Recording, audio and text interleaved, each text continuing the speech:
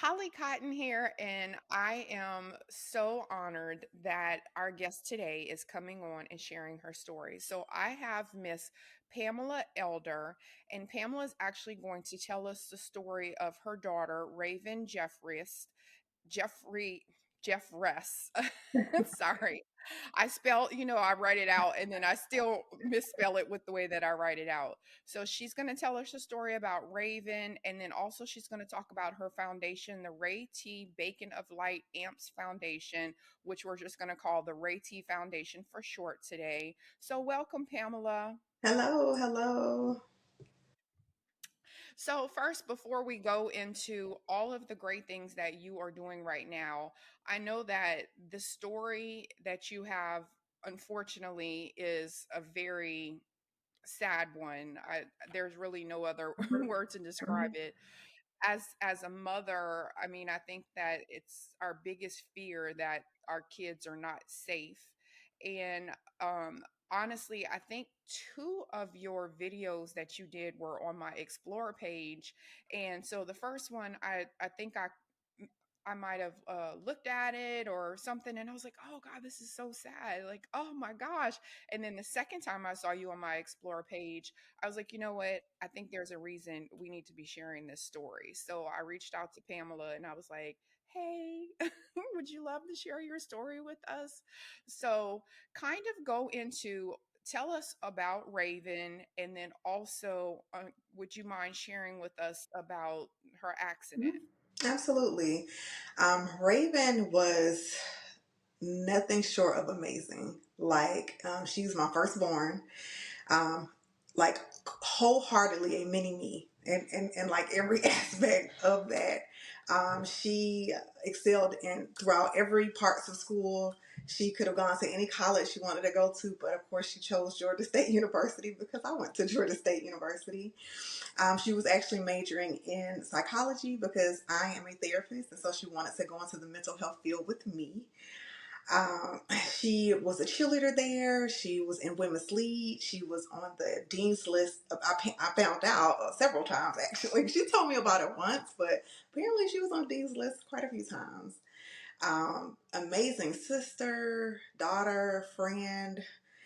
She actually, at 21, started her own nonprofit foundation, and it is called AMPS Wellness, and that stands for the alignment of the mental, physical, and spiritual. Where she and two of her, she was actually a co-founder of it. She and two of her other friends created this foundation to do work in the community. I mean, they were feeding homeless, doing workout sessions with college students, toy drives, all that kind of stuff. So that's just kind of in a short summary of some things about Raven. On March 24th, um, typical Friday, I'm hanging out with my friends, my husband, and our like couples friend group, and we decided to go see Brian McKnight. We had bought these tickets like a while ago, so we're super excited. And so the entire day, I'm like texting Raven. She's texting me, like, are you excited, mommy? I'm like, yes, girl. We get there. I'm texting her, like, oh my God, we're like on the front row. I'm sending her snaps and pictures and, Instagram DMs. And she's just like, oh my gosh, mommy, you're living your best life. I love you. You guys look so pretty. Y'all look so cute. And everything was just amazing. Like that Friday night was just great. She was out with her friends. It was a birthday. I'm like selling her money, like have fun, just our typical, day. Like that's just kind of how we are and how we operated. Just super excited and happy for each other, just living. Um, March 25th, just Saturday morning. I woke up, just like I typically do. Even when I hang out, I still wake up early. I guess that's the mom in me that just gets up early no matter what. And I remember having a missed call, and it said like a health system. So I was just thinking it was like like a scam call. So I'm like, okay, this is weird that they're calling, on a Saturday morning, but didn't think much. I remember going on Instagram, just kind of scrolling, kind of like how you said, you're in the Explore pages. I remember seeing this little girl, and she had passed away. I think the hairstylist had posted like her doing her hair the last time, and I would just remember thinking like, oh my God, that's just so sad.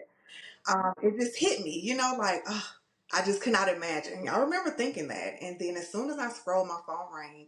And it was actually a call from Grady Hospital in Atlanta, Georgia. And they called to let me know that Raven had been in a pretty serious accident. And I just remember my heart just dropping. Because when I saw that it was Grady, I could just only think of her. She's downtown Atlanta. That's where she was living, going to Georgia State. And so they told me to just come. And so I came, and they basically told me that she was not going to survive, or she had not survived the accident. And they told me that it was a hit and run where she was hit head on. She was driving in a car. Another car came on the highway the wrong way. She was hit head on, and the passenger and the driver fled the scene and left her there. Okay, first, I just wanted to say that the strength that you have to just tell that story without bursting into tears, That's like because I want to I got the cry. tears out before. They still may pop I know, but up. I know, but Yeah. still, and I know I tell people all the time as a reference, of like, I remember when my mom passed away, and so I remember probably 2, 3 years later, I would be in the car driving and just fall out crying, like. I mean, like I would be at the red light. I don't even know what it was. Some Mhm. stupid song came Yeah. on, or I saw a cat, Yes. and I remember her talking about a Yeah. cat. Like, and I tell people, like, you never, the hole never goes away. So the fact that this just happened in March, and your strength right now is just amazing. And so I just, I want to share your story because uh, I think that there's so many parents that do go through this and think that they're the only one. And I know, I have to think they're grown kids, young adults. And I tell my son all the time, if I get a call in the middle of the night, I immediately, like, I'm like, "What is it?" And he's like, "What? I was just calling." I'm like, "Don't call me." Like, they don't know the pressure of that. So, whenever you went to the hospital and you were there, can you just give us how you felt? Because again, I think that that feeling resonates with so many people, and I definitely want to make sure we keep it as a empathetic. I don't want to, like, exploit it at all. I think that as far as, other parents, because I know some people also, my one of my really good friends, same situation. She lost her daughter in college, and her daughter D would be like 30 something right now. And I'm always just amazed at how strong she still is. So can you go back to when you were in the hospital and they're there and you realize that there's nothing that you can do? Can you kind of replay that for us? Yeah. So my husband and I, we knew be- because I'm a therapist and I also work in crisis. So I kind of know the ins and outs of some things. And so once they took us into the family room first, right, we didn't go straight to her. I knew that it was likely not to be good news, right? Um, they told me that basically there was not much they could have done to save her. She basically passed away from brain dead. And so, I knew that we were at Grady, right? So in my mind, I'm thinking that we are at the best trauma center. So if anybody's going to be able to save her, it's going to be the Grady. And so when they told me it wasn't anything they could do, I knew where we were with it, unfortunately. Um, it was, it's an indescribable feeling. Um, you send your children off to college, and you pray for them, and you love on them, and you send them money, and you cry with them, you laugh with them, and you go through everything with them. And then to find out one day, in the blink of an eye, they're gone, and there's nothing you can do about it. So I know you mentioned that Raven was taken away with a hit and run driver. And So I think that, a lot of times when people lose a child, it's like gun violence and they find the killer, or or it's a self-inflicted accident. Maybe the car veered off the road and they hit a tree or something like that. So does it make it harder to know that it was a hit and run accident, and that they were they left the scene, they didn't check on her? Does that make it harder to deal with it, because it's kind of like that, not having that closure? Um, so the driver was actually arrested, and so in the state of Georgia, the passengers in car accidents do not have to stay at the scene. So the passenger did not get any type of consequence, basically. But the driver was arrested, and we're actually still in court dealing with that right now. But I think one of the hardest parts about all of that was that Raven was so loved, and she has so much family. Like, we were from Atlanta, and the thought of her being left somewhere to die alone takes a toll on me regularly. You know, the fact that I wasn't able to be there with her, and because I could have been, like if someone just called, or, had they call 911 instead of just leaving her there. Maybe the 1 second or the 2 minutes or the 30 minutes or whatever have you could have saved her life. But to know that someone would be involved in an accident such as that, because it took me some time to find out different parts of it, but to find out in the magnitude of what her car was in and what happened during it, like the fact that it flipped around and things like that, so you knew that it wasn't it was a bad accident. And to leave her there, someone like her that is so much full of love, ready to do so many things in this world, and to know that she had to be alone, as a mom, like, that's tough. Like, that's really, really tough, because you think you're here to protect them, like you're here to make sure they're okay, and there was nothing that I could have done differently. And so you kind of feel helpless in those type of moments. Yeah, I can imagine. And I was going to say this, it made me think about this as well. So I'm a nurse. I've been a nurse for several years. I don't like people doing the math on my age, so I don't drop how many years because they be trying to Hmm. math. Uh, but I know I've worked in geriatrics for a really long time, and I used to always be the person that was consoling the family member when their loved one was passing away.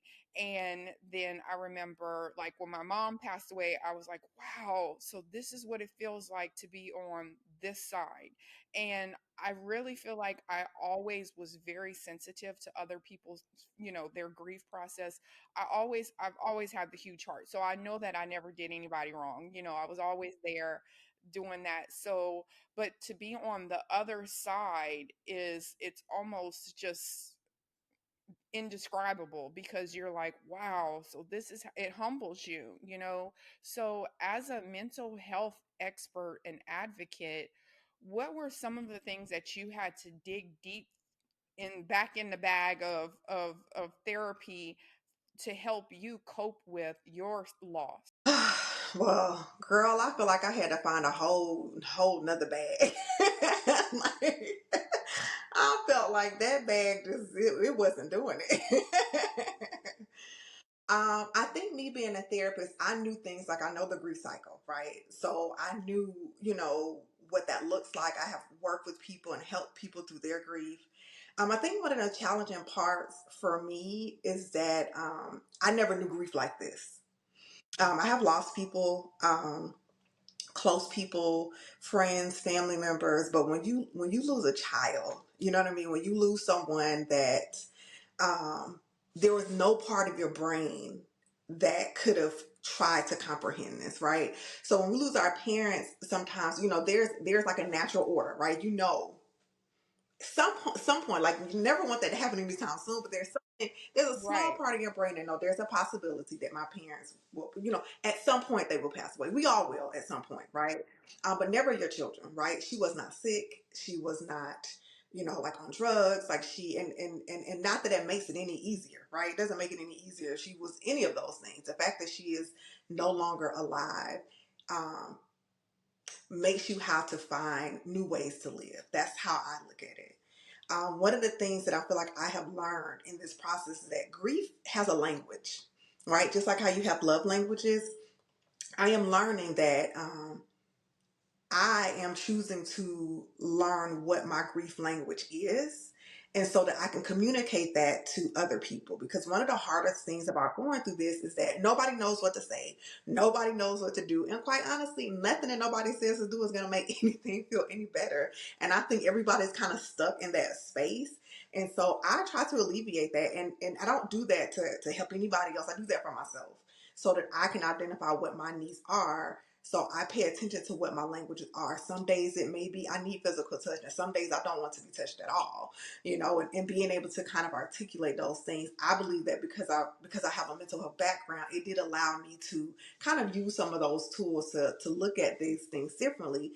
And also in some ways help others, to where I'm able to say like, hey, let's sit back and look at what their grief language is looking like so that we can know how to proceed with them. Some people laugh. I laugh a lot. I will cry and laugh in the same moment. And so people know, okay, we can laugh around her. Some people don't want to laugh at all. They want to hit. For example, my daughter, Ravens, I have three other children, but Robin was extremely close to Ravens. They're very close in age. And so she did not do well with laughter. Like, she don't want to hear nobody laughing. She don't want to see nobody smiling. Like, my sister has been killed, and I don't want to see anybody smiling or laughing.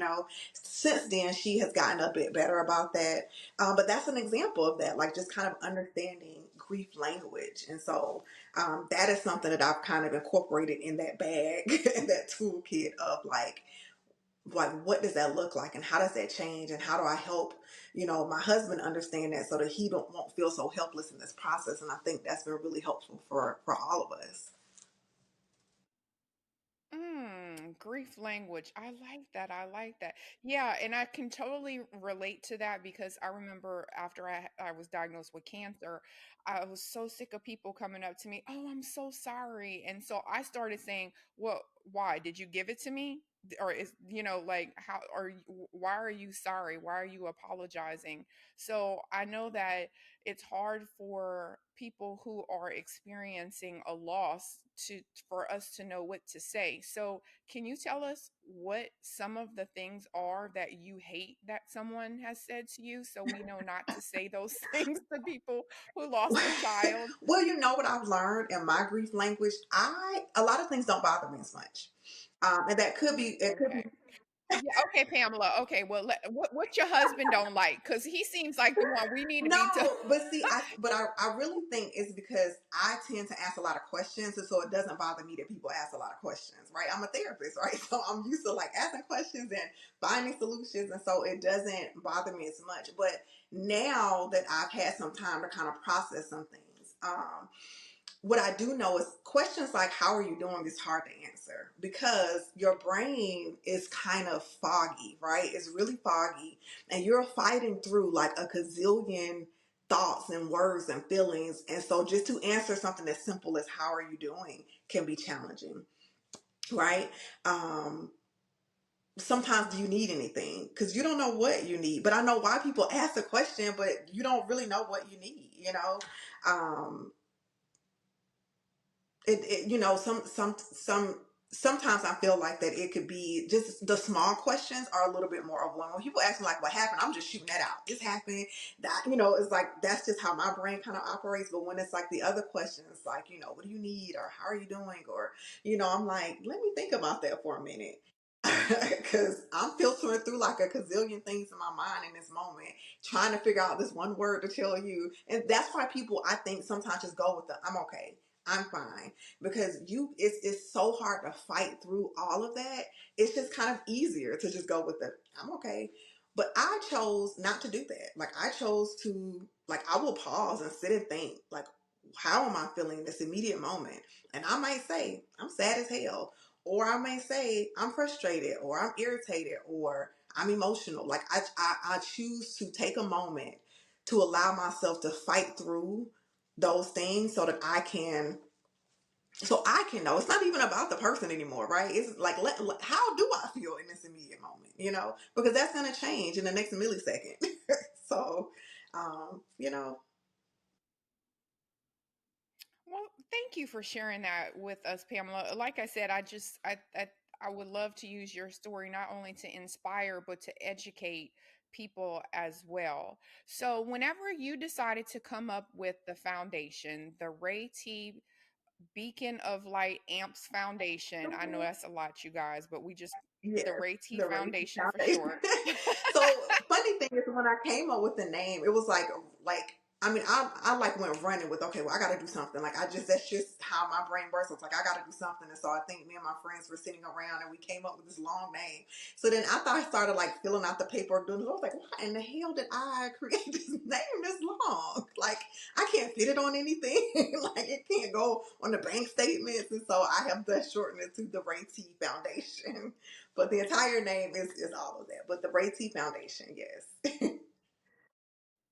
So, tell us about how you established that, why you established that, and what your Yes. mission is. So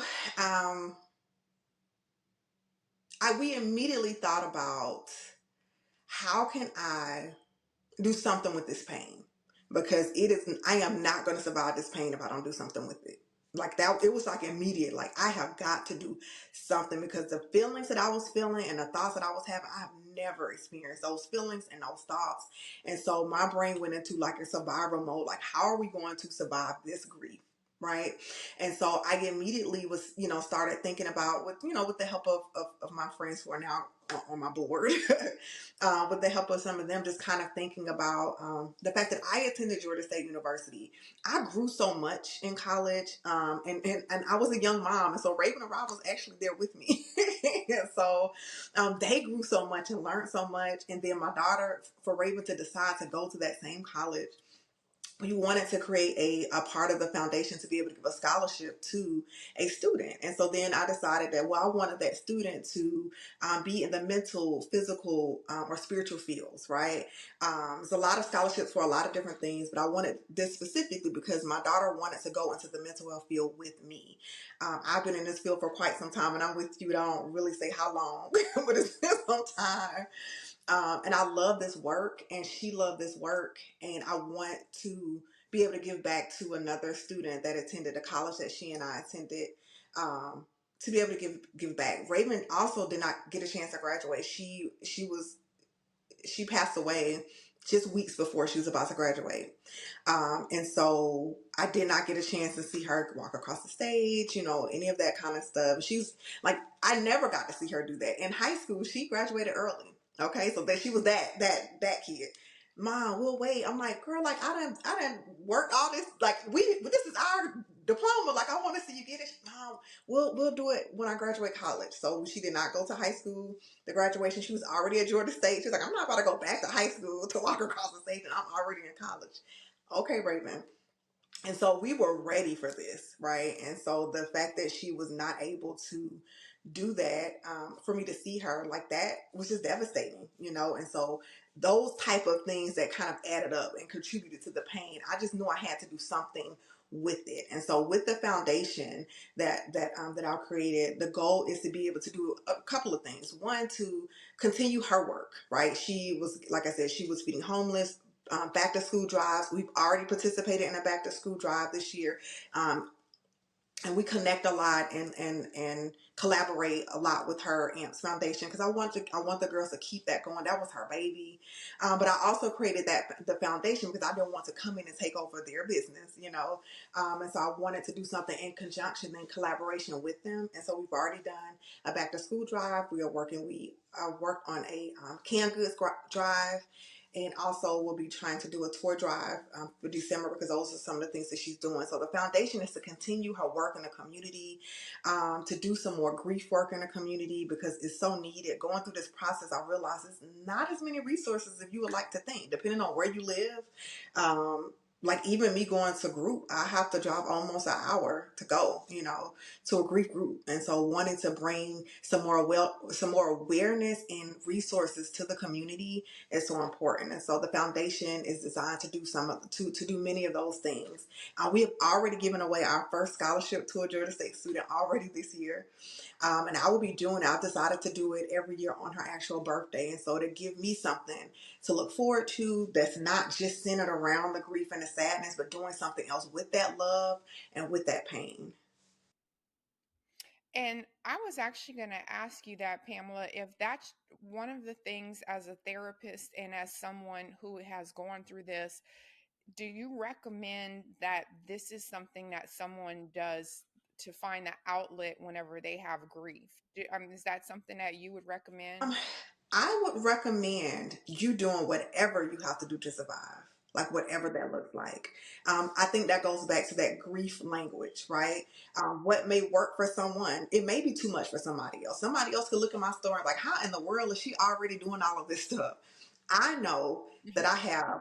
Me, me, because I'm like, wait, what? When I looked at the date that Raven passed, I said, oh my gosh, like this Yeah, was just yeah. this year. But I knew that I have other children I have to live for. I have a brand new husband that I have to live for. I have family and friends that I need to live for. And I knew I had to do something with it quick.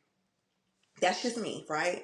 But I do encourage people to do whatever it is that you need to do to survive this grief, because it is a it is it's challenging. It is not easy. I think I've always been told you make things look easy. There is absolutely nothing easy about this process. I mean, it's every day, because I wish it wasn't a thing. Like, who wants to create a foundation in honor of their child that's dead or was killed? Nobody wants to do this. You know what I mean? But I have to find a way to survive this. I have to find a way to not lose it or not be present for my kids, because they deserve their mom to be present for them, you know? So that's how I fight. And so whatever you need to do to fight through your grief, I think that you should do it. Me sharing so much, I've always been transparent. And so when I decided to share on social media, I really decided to do it because, it's just a quick way to kind of give people updates. I don't have to tell, 50 people how I'm doing. Here you go. This is how I'm doing. Hey, look at this reel. This is exactly how I feel.